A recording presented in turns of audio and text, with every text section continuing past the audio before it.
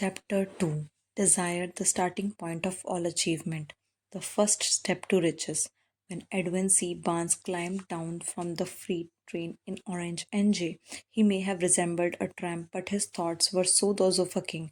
As he made his way to Thomas A. Edison's office, his mind was at work. He saw himself standing at Edison's presence. He heard himself asking Mr. Edison for an opportunity to carry out the one consuming obsession of his life, a burning desire to become the business associate of the great inventor. Barnes' desire was not a hope, it was not a wish, it was a keen, pulsating desire which transcended everything else. It was definite. The desire was not new. What when he approached Edison? It had been Barnes' dominating desire for a long time. In the beginning, when the desire first appeared in his mind, it may have been, probably was only a wish, but it was no mere wish when he appeared before Edison with it. A few years later, Edwin C. Barnes again stood before Edison in the same office when he first met the inventor. This time, his desire had been translated into reality. He was in a business with Edison. The dominating dream of his life had become a reality. Today, people who know Barnes envy him because the break life yielded him. They see him in the days of his triumph without taking the trouble to investigate the cause of his success.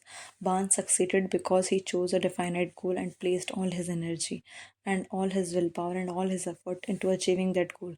He did not become the partner of Edison the day he arrived. He was content to so starting in the most menial work as long as it provided opportunity to take even one step towards the cherished goal. 5 years passed before the chance he had been seeking made its appearance. During all those years, not one ray of hope, not one promise of attainment of his desire had been held out to him. To everyone except himself, he appeared only one another cog in the Edison's business model wheel. But in his own mind, he was the partner of Edison's every minute of the time, from the very day he first went to work there. It is a remarkable illustration of the power of a definite desire.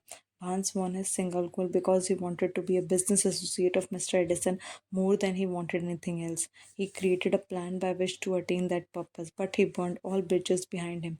He stood by his desire until it became the dominating obsession of his life and finally a fact.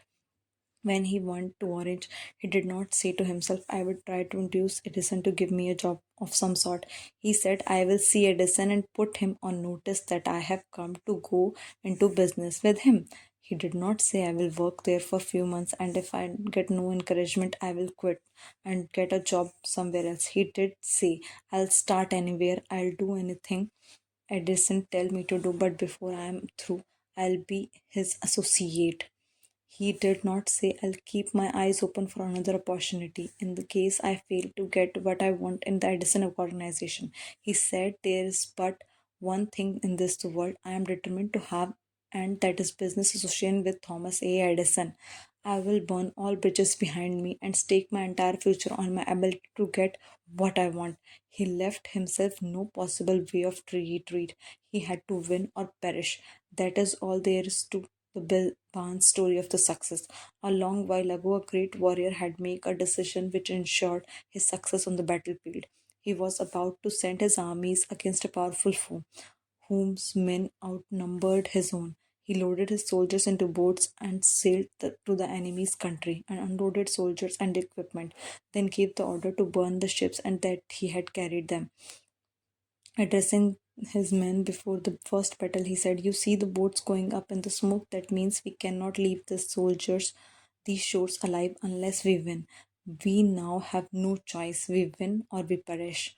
They won. Every person who wins in any undertaking must be willing to first burn his ships and cut all the sources of retreat.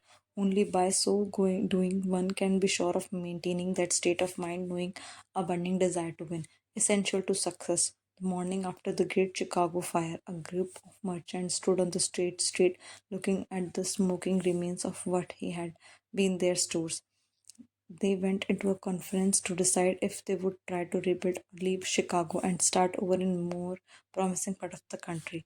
They reached a decision, all except one, to leave Chicago. The merchant who decided to say and rebuild pointed finger at the remains of his store and said, gentlemen, on that very spot I'll build the world's greatest store, no matter how Many times it may burn down. The store was built. It stands there today, a towering monument to power of that state of mind known as burning desire.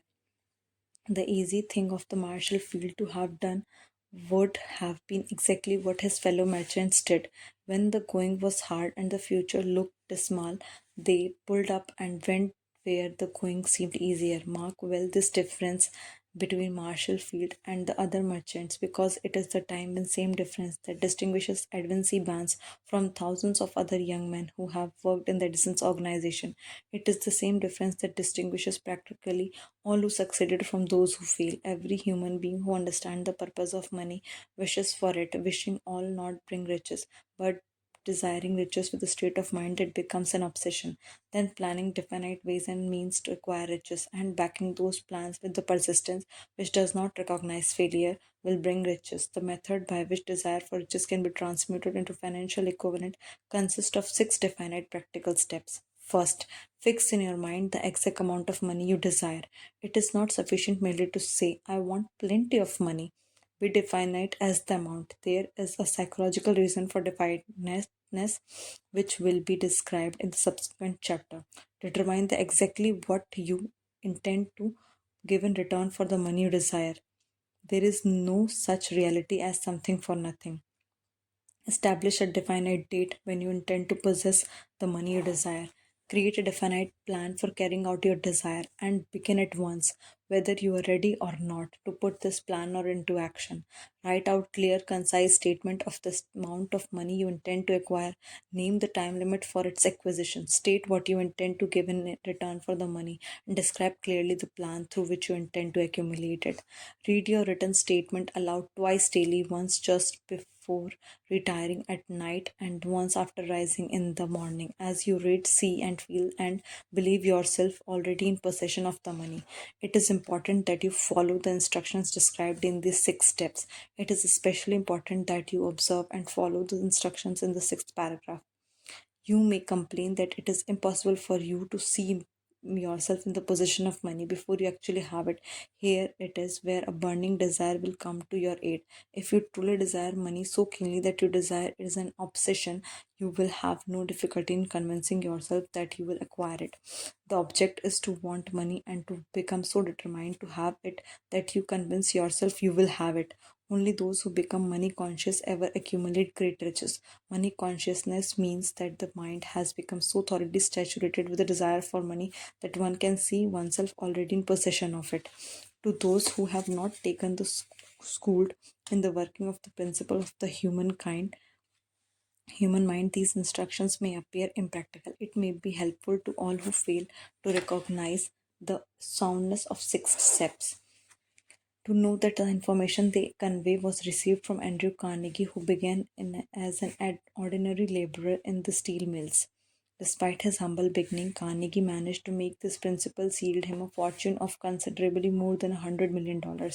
It may be of further help to know that these six steps recommended here were carefully scrutinized by Thomas A. Edison. He placed his stamp of approval upon them as the being not only the steps essential for the accumulation of money but also for the attainment of any definite goal. The step call for no hard labor. They call for no sacrifice. They do not require one to become ridiculous or credulous. To apply them calls for no great amount of education, but the successful application of these six steps call for sufficient imagination to enable one to see and to understand that accumulation of money cannot be left to chance, good fortune, and luck. One must realize that all who have accumulated great fortune first did a certain amount of dreaming, hoping, wishing, desiring, and planning before they acquired money. You may as well know also that every great leader from dawn of civilization down to the present was a dreamer. If you do not see the great riches in your imagination, you will never see them in your bank balance. Never has there been so great an opportunity for practical dreamers as now exists. We who are in this race for riches should be encouraged to know that this dynamic world in which we live is demanding new ideas, new ways of doing things, new leaders, new inventions, new methods of teaching, new methods of marketing, new books, new literature, new applications for computers, new cures for diseases, and new approaches to every aspect of business and life. Behind this demand for new and better things, there is one quality one must possess to win, and that is definiteness of purpose, the knowledge of what one wants and burning desire of possesses it. To accomplish this requires practical dreamers who can and will put their dreams into action. The practical dreamers have always been and always will be the pattern makers of civilization. We who desire to accumulate riches should remember that the real leaders of the world have always been people who harness and put into practical use the intangible, unseen forces of unborn opportunity. They have converted those forces or impulses of thought into scrappers, cities, factories, aeroplanes, cars, better healthcare, and every form of convenience that makes life more pleasant. Tolerance and an open mind are practical necessities for the dreamer of today. Those who are afraid of new ideas are doomed before they start. Never has there been a time for more favorable to pioneers than the present. There is vast business, financial, and industrial world to be remolded and redirected along the new and better lines. In planning to acquire your share of the riches, let no one influence you to scorn the dreamer. To win the big stakes in this ever changing world, you must catch the spirit of the great pioneers of the past, whose dreams have given to civilization all that is has its value. The spirit which serves as the lifeblood of our society, your opportunity and mine to develop and market our talents. Let us not forget Columbus dreamed of an unknown world, staked his life on the existence of such a world, and discovered it. Copernicus, the great astronomer, dreamed of a multiplicity of worlds and never revealed them and revealed them. No one denounced him as impractical after he had triumphed. Instead, the world worshipped at his shrine, thus proving once more that success requires no apologies, failures permits no alibis. If the thing you wish to do is right and you believe in it, you go ahead and do it. Put your dream across and never mind what they say if you meet with a temporary defeat, for they perhaps do not know that every failure brings with it seed of an equivalent success. Henry Ford, poor and uneducated, dreamed of an horseless carriage. He went to work with what tools he possessed without waiting for the opportunity to favor him, and now evidence of his dream builds the entire earth. He has put more wheels into the operation than any man who have ever lived because he was not afraid to back his dreams. Thomas Edison dreamed of a lamp that could be operated by electricity. Despite more than 10,000 failures, he stood up by that and dreamed until he made a physical reality. Practical dreamers do not quit. Lincoln dreamed of freedom for black slaves, put his dream into action, and barely missed living to see a united North and South translate. Barely missed him living to see united North and South translate his dream into reality. The Wright brothers dreamed of a machine that would fly through the air. Now one may see evidence all over the world that they dreamed soundly. Marconi dreamed of a system for harnessing the intangible forces of ether. Evidence that he did not dream in any way may be found in every TV, radio, cell phone in the world. Moreover, Marconi's dream bought the humblest cabin and the most stately manor house side by side. It made the people of every nation on the earth next door neighbors by creating a medium where news, information, and entertainment could instantly be disseminated throughout the world. It may interest you to know that Marconi's friends had had him taken into custody and examined in a psychopathic hospital when he announced he had discovered a principle through which he could send messages through the air without the aid of wires or direct physical means of communication. The dreamers of today fare better. Their world has become accustomed of new discoveries. Indeed, it has shown a willingness to reward the dreamer who gives the world a new idea. Ray Kroc is another good example of someone who made his dream come true. Kroc was a salesman of milkshake mixers. Most of his customer restaurants and dinners must chase one or two units. When he received an order for eight mixers from a small food outlet in San Bernardino, California, he decided to visit them and see how they could sell so many shakes. It was the busiest restaurant he had ever seen. The owners, McDonald brothers, offered a very limited menu: hamburgers, cheeseburgers, french fries, shakes, and soft drinks, all at the lowest prices in the area. Croc saw an opportunity. If he could open a chain of these restaurants and could each productive and profitable as this, money would flow in. He proposed the idea that McDonald brothers and agreed to implement it. Within a few years, McDonald's not only became the top selling food outlet in the country but created the fast food industry. The Kroc later brought out the McDonald brother and expanded the business into an international phenomenon, making him one of the richest men of his time. The world is filled with an abundance of opportunity which the dreamers of the past never knew. A burning desire to be and to do is the starting point from which the dreamer must take off. Dreams are not born of indifference, laziness, or lack of ambition. The world no longer scoffs at dreamers nor calls them impractical. Remember, too, that all who succeeded in life get off to a bad start and pass through many heartbreaking struggles before they arrive. The turning point in the lives of those who had succeeded usually comes at the moments of some crisis through which they are introduced to other selves. Bunyan wrote The Pilgrim Progress after he had confined into prison and sorely punished because of his religious views. O. Henry discovered the genius then he slept within his brain after he had met with great misfortune and was confined in a prison cell in Columbus. Were you being forced through misfortune to become acquainted with his other self and to use his imagination? He discovered himself to be a great author instead of miserable criminal and outcast. Strange and varied are the ways of life. Strange still are the ways of infinite intelligence through which people are sometimes forced to undergo all sorts of punishment before discovering their own brains and their own capacity to create useful ideas through imagination. Edison, the world's greatest inventor and scientist, was a part of time telegraph operator. He failed innumerable times before he was driven finally to the discovery of the genius that slept within his brain. Charles Dickens began by pasting labels on the blacking post pots. The tragedy of the first love penetrated of the depths of his soul and converted him into one of the world's truly great authors. Disappointment over love affairs generally has the effect of the driving people to think, to drink and ruin. This is because most people never learn the art of transmitting their strongest emotions into dreams of constructive nature.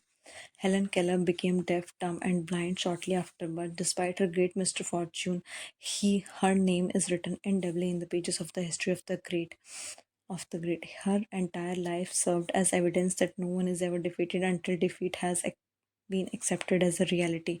Robert Burns was illiterate country lad. He was cursed by the poverty and grew up to be a drunkard. The world was made better for his saving living because he clothed beautiful thoughts in the poetry, thereby plucking a thorn and planting a rose in its place. Booker T. Washington was born in slavery and handicapped by race and color. Because he was tolerant and had open minded at all times on all subjects and was a dreamer, he left his impress for good an entire race. Beethoven was deaf, Milton was blind, but their names will last as long as in time endures because they dreamt and translate their dreams into the organized thought. And Arnold Schwarzenegger is another person who converted his desire into action and achievement. He first came into the public eye as Mr. Universe, a glorified weightlifter.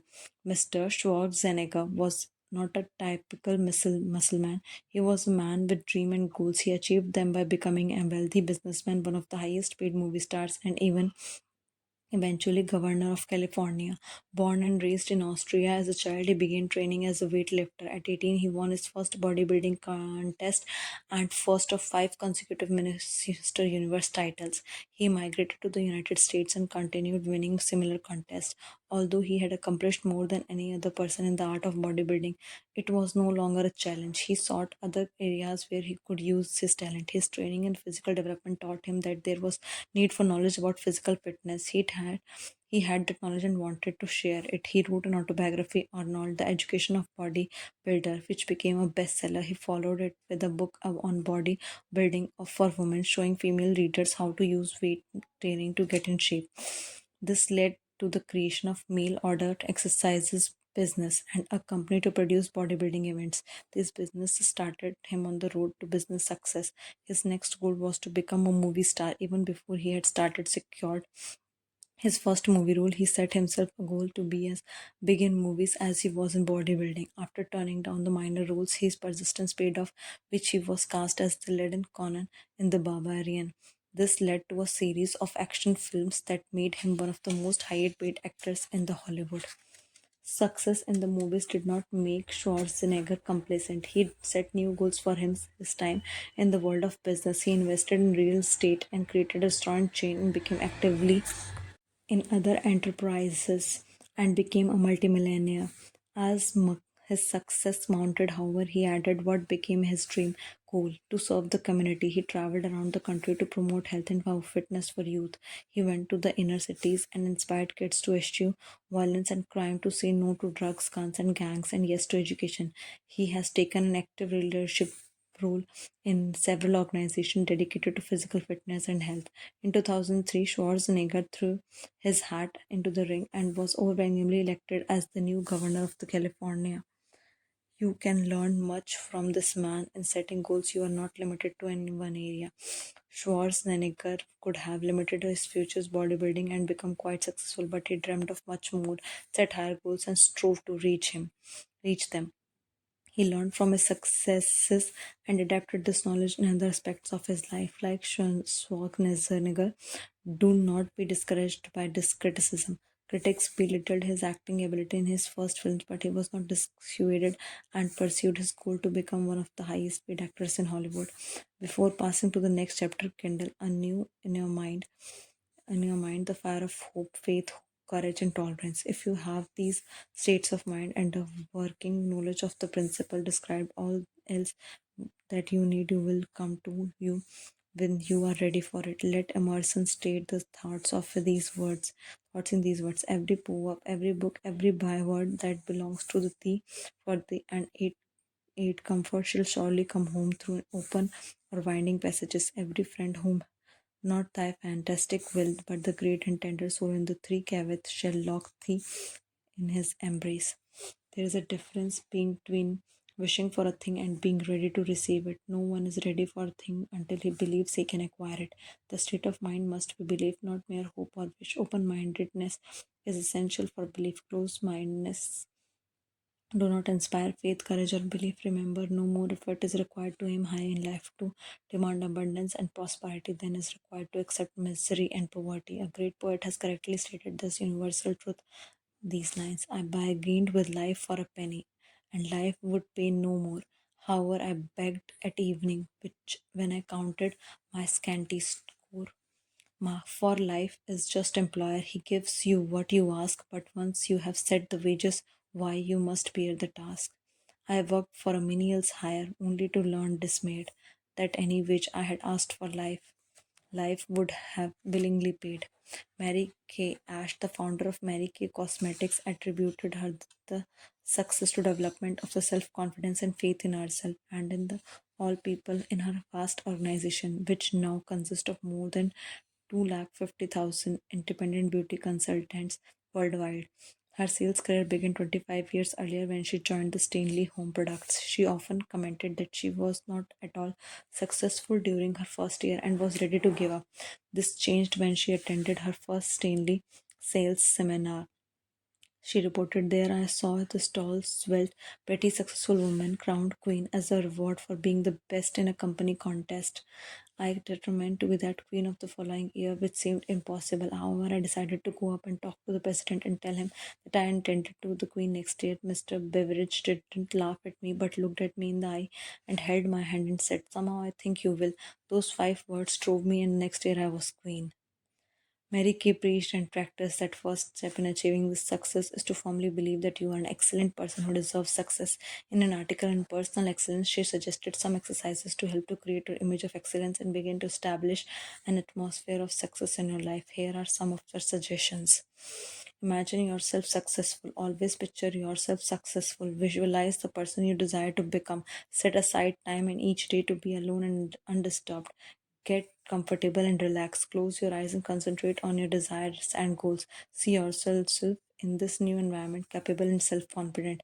Reflect on your past successes. Every success, be it large or small, is proof that you are capable of achieving more successes. Celebrate each success you can recall it where you begin to lose faith in yourself. Set definite goals. Have a clear direction of where you want to go. Be aware when you begin to deviate from these goals and take immediate corrective actions. Respond positively to life. Develop a positive self image, your reactions to life, and your decisions are completely within your control. Desire outwits Mother Nature. As a fitting climax to this chapter, I wish to introduce one of the most unusual people I have ever known. I first saw him a few minutes after he was born. He came into the world without any physical sign of years, and doctor admitted when he pressed for an Napoleon that the child might be deaf and mute for life. I challenged for the doctor's opinion. I had the right to do so. I was the child's father. I too reached a decision and rendered an opinion, but I expressed the opinion silently in the secrecy of my own heart. I decided that my son would hear and speak. Nature could send me a child without ears, but nature could not induce me to accept the reality of the affliction. In my own mind, I knew that my son would hear and speak. How? I was sure that there must be a way, and I knew I would find it. I thought of the words of the immortal Emerson. The whole course of things goes to teach us faith. We need only obey. There is guidance for each of us, and by lowly listening, we shall hear the right word. The right word, desire. More than anything else, I desired that my son should not be deaf mute. From that desire, I never receded, not for a second. Many years previously, I had written only limitations are those we set up in our own minds. For the first time, I wondered if that statement were true. Lying on the bed in the front of me was a newly born child without the natural equipment of hearing. Even though he might hear and speak, he was obviously disfigured for life. Surely this was the limitation which that child had set up in his own mind. What could I do about it? Somehow I would find a way to transplant that child's mind into my burning desire for ways and means of conveying sound to his brain without aid of tears. As soon as the child was old enough to cooperate, I would fill his mind so completely with the burning desire to hear the nature would by my methods of her own translate into physical reality. This thinking took place in my own mind, and I spoke of it to no one. Every day I renewed the pledge I had made to myself not to accept a deaf mute for a son. As he grew older, began to take notice of things around him, we observed that he had silent degree of hearing. When he reached the age of when children usually begin talking, he made no attempt to speak, but we could tell by his actions that he could hear certain sounds slightly. That was all I wanted to know. I was convinced that if he could hear even slightly, he might develop still greater hearing capacity. Then something happened which gave me hope. It came from an entirely unexpected source. We brought a record player. When the child heard the music for the first time, he went to the escates and promptly appropriated the machine. He soon showed a preference for certain records, among its a long way to Tapperary. On one occasion, he played that piece over and over for almost 2 hours, standing in the front of the record player with his teeth clamped on the edge of the keys. The significance of this self formed habit of this did not become clear to us until years later, for we had never heard of the principle of bone conduction of sound at that time. Shortly after he appropriated the record player, I discovered that he could hear me quite clearly when I spoke with my lips, touch his mastoid bone behind the ear or the base of the brain. These discoveries placed in my position and the necessary media by which I began to translate into reality my burning desire to help my son develop hearing and speech. By that time, he was making steps at speaking certain words. The outlook was far from encouraging, but desire backed by the faith knows no such word was impossible. Having determined that he could hear the sound of my voice plainly, I began immediately to transfer to his mind the desire to hear and speak. I soon discovered that the child enjoyed bedtime stories, so I went to work and creating stories designed to develop in him self reliance, imagination, and keen desire to hear and to be normal. There was one story in particular which I emphasized by giving it some new and dramatic color each time it was told. It was designed to plant in his mind the thought that his afflictions was not a liability but an asset of great value. Despite the fact that all the philosophy I had examined clearly indicated that every adversity brings with it the seed of an equivalent advantage, I must confess that I had not the slightest idea how this affliction could ever became an asset. However, I continued my practice of wrapping that philosophy in bedtime stories, hoping that time would come when he would find some plan by which his handicap could be made to serve some useful purpose. Reason told me plainly that there was no adequate compensation for the lack of ears and natural hearing equipment.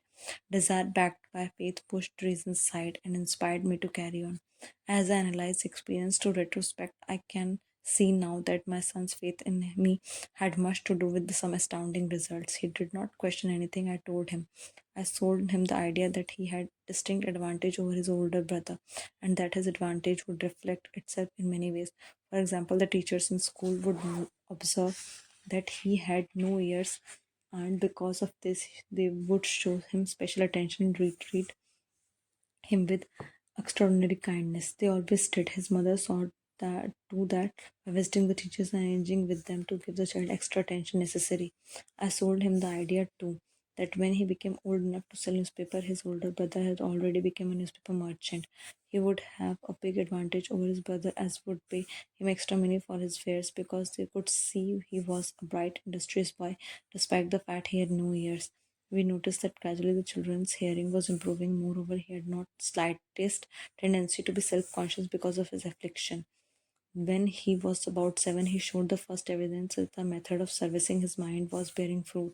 For several months, he begged for the privilege of selling newspaper, but his mother would not give her consent. She was afraid that his deafness made it unsafe for him to go on the street alone. Finally, he took matters on his own hands.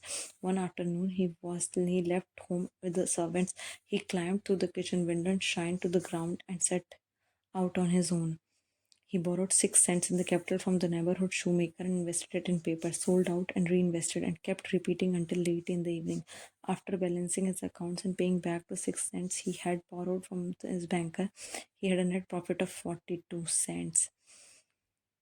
When we got home that night, we found him in bed asleep with the money tightly clenched in his hand. His mother opened his hand, removed the coins, and cried. Of all things, crying over his first son's victory seemed so inappropriate. My reaction was reverse. I laughed heartily, for I knew that my endeavor to plant in child's mind an attitude of faith in himself had been successful. His mother saw in his first business venture a little deaf boy who had gone out in the streets and risked his life to earn money. I saw a brave, ambitious, self-reliant little businessman whose stock in himself and increased 100% because he had gone into business of his own initiative and had won.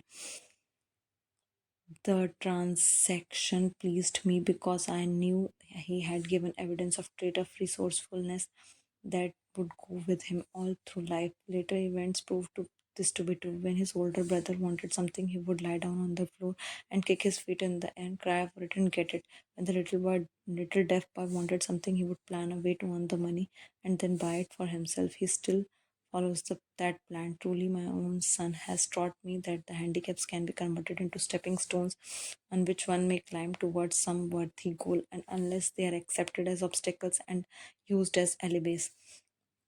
The little deaf boy went through the grades in high school and the college without being able to hear his teachers except when they shouted loudly at close range. He did not go to school for the deaf. We would not permit him to learn sign language. We were determined that he should live a normal life and associate with normal children, and we stood by that decision, although it cost us many heated debates with school officials. While he was in high school, he tried an electrical hearing aid, but it was no value to him. We believed that it was due to a condition that it was disclosed when the child was 6. Dr. J. Gordon Wilson of Chicago operated on one side of the boy's head and discovered that there was no sign of natural hearing equipment. During his last week in college, 18 years after the operation, something happened which marked the most important turning point of his life. Through what to be mere chance, he came into possession of another electrical hearing device. hearing device which was sent to him on trial. He was slow about testing him due to his disappointment. Similar device finally picked up the instrument with more or less carelessly placed it on his hand, hooked up the battery, and lo, as if stroke of magic, his lifelong desire for normal hair became a reality.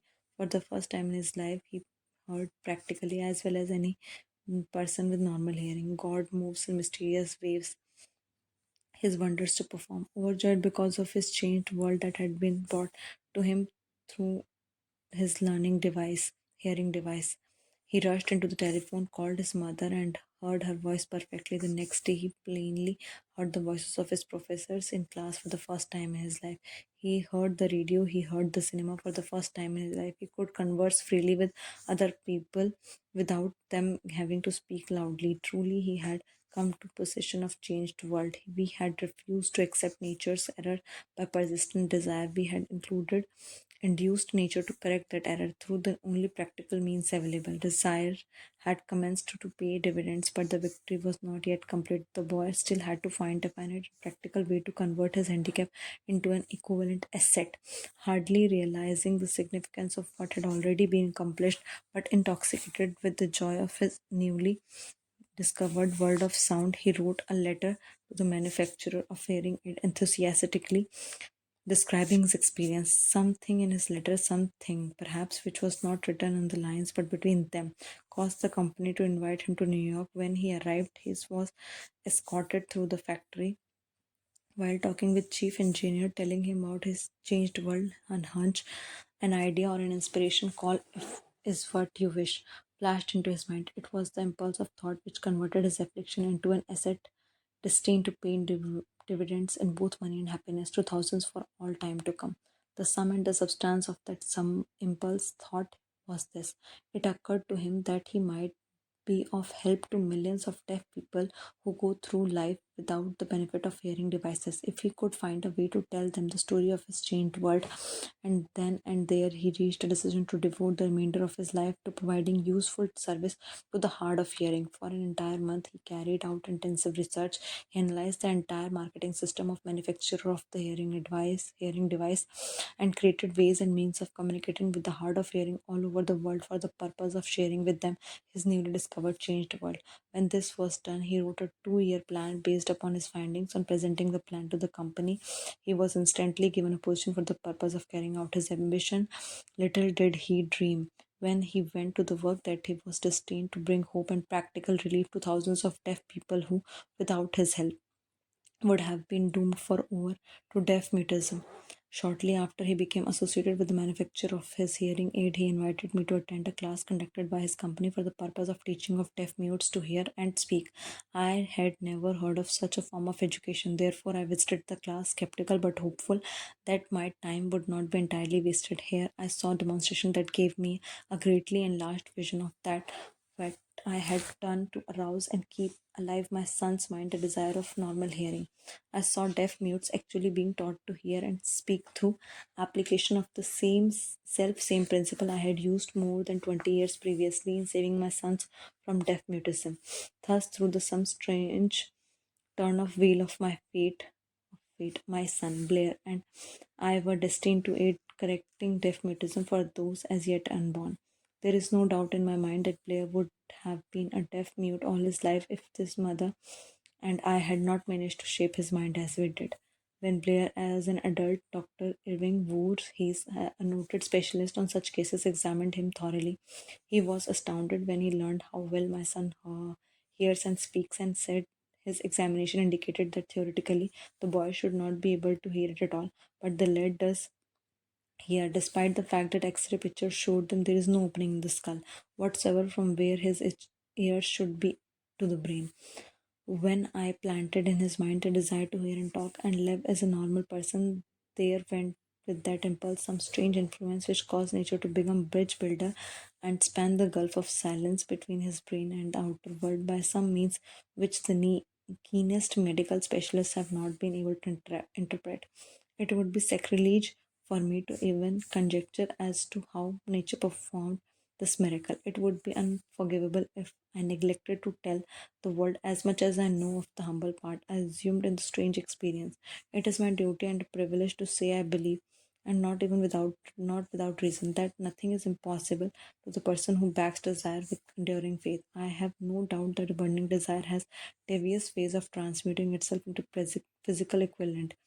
Blair desired normally hearing, now he has it. He was born with a handicap which might easily have sent one with a less defined desire to the street with a bundle of pencils and tin cup. That handicap now promises to serve as the medium by which he will render useful services to many millions of hard of hearing, as well as to give him useful employment as adequate financial compensation for the remainder of his life. The little white lies I planted in his mind when he was child leading meant him to believe his affliction would become great asset on which he could capitalize have been justified. There is nothing right or wrong which belief plus this burning desire cannot make real. These qualities are free to everyone. In all my experience in dealing with men and women who had personal problems, I never handled a single case which more definitely demonstrate the power of desire. Authors sometimes make the mistake of writing of subjects which they have but superficial or very elementary knowledge. It has been my good fortune to have had the privilege of testing the soundness of the power of desire through the affliction of my own son. Perhaps it was providential that the experience came as it did, for surely no one is better prepared than he served as an example of what happens when desire is put to the test. If Mother Nature bends to the will of desire, is it logical that men can defeat a burning desire? Strange and imponderable is the power of the human mind. We do not understand that method by which it uses see every circumstance, every individual, every physical thing within its reach as a means of transmuting desire into the physical counterpart. Perhaps science will uncover the secret I planted into my son's mind, the desire to hear and to speak as normal persons hear and speak. The desire has now become a reality. I planted in his mind the desire to convert his greatest handicap into greatest asset. The desire has been realized. The modus operandi by which the astounding results was achieved is not hard to describe. It consisted of three very definite facts. First, I mixed faith with the desire for normal hearing, which I passed on to my son. Second, I communicated my desire to him in every conceivable way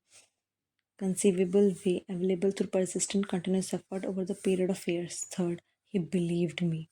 Several years ago, one of my business associates became ill. He became worse as time went on and finally was taken to the hospital for an operation. Just before he was wheeled into the operating room, I took a look at him and wondered how anyone and as thin and emaciated as he could possibly go through a major operation successfully. The doctor warned me that there was little, if any, chance of ever seeing him alive again.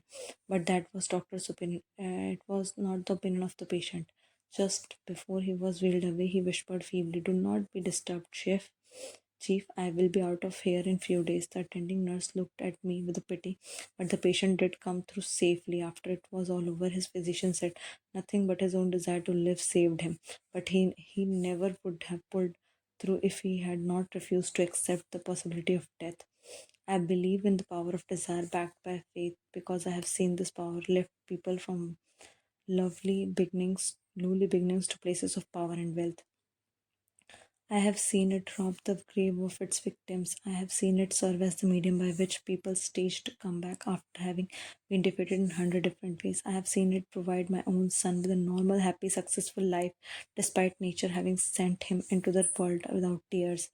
How can one harness and use the power of desire?